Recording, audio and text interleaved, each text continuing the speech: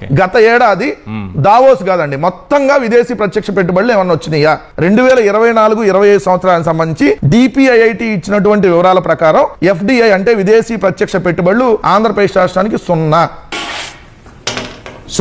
ఆంధ్రప్రదేశ్ రాష్ట్రానికి 0.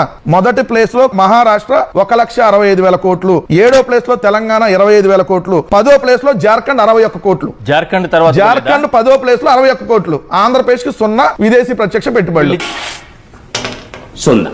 ఆంధ్రప్రదేశ్ ఇక్కడ law and order బలంగా ఉండి పొలిటికల్ స్టెబిలిటీ ఉంటే వెతుక్కొని వస్తారు విదేశాల నుంచి. మనం దావోస్కి వెళ్ళి మన ఎగ్జిబిషన్ హాల్స్ లో కూర్చున్నట్టుగా ఇలా కూర్చొని ఎవరు వస్తారో ఏదైతే మధ్య మా స్టేట్కి రండి అంటే ఏం చేస్తారు మీ స్టేట్ గురించి? విదేశీ ప్రత్యక్ష పెట్టుబడులు ఆంధ్రప్రదేశ్ రాష్ట్రానికి 0.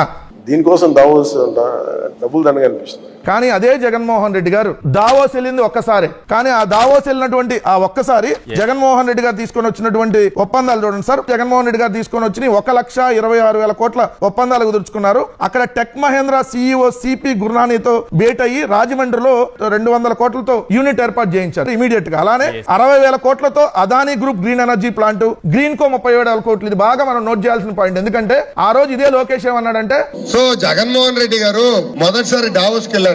అక్కడికి వెళ్ళి ఒప్పందం ఎవరితో కుదుర్చుకున్నారు తెలుసా? గ్రీన్ కో. మళ్ళీ ఈ రోజు క్రెడిట్ చోరీ చేస్తున్నారు దాన్ని. ఇది ఒక అంశం. క్లియర్ గా పిక్చర్ అర్థమైందా? క్లైమాక్స్ ట్విస్ట్ అర్థమైందా?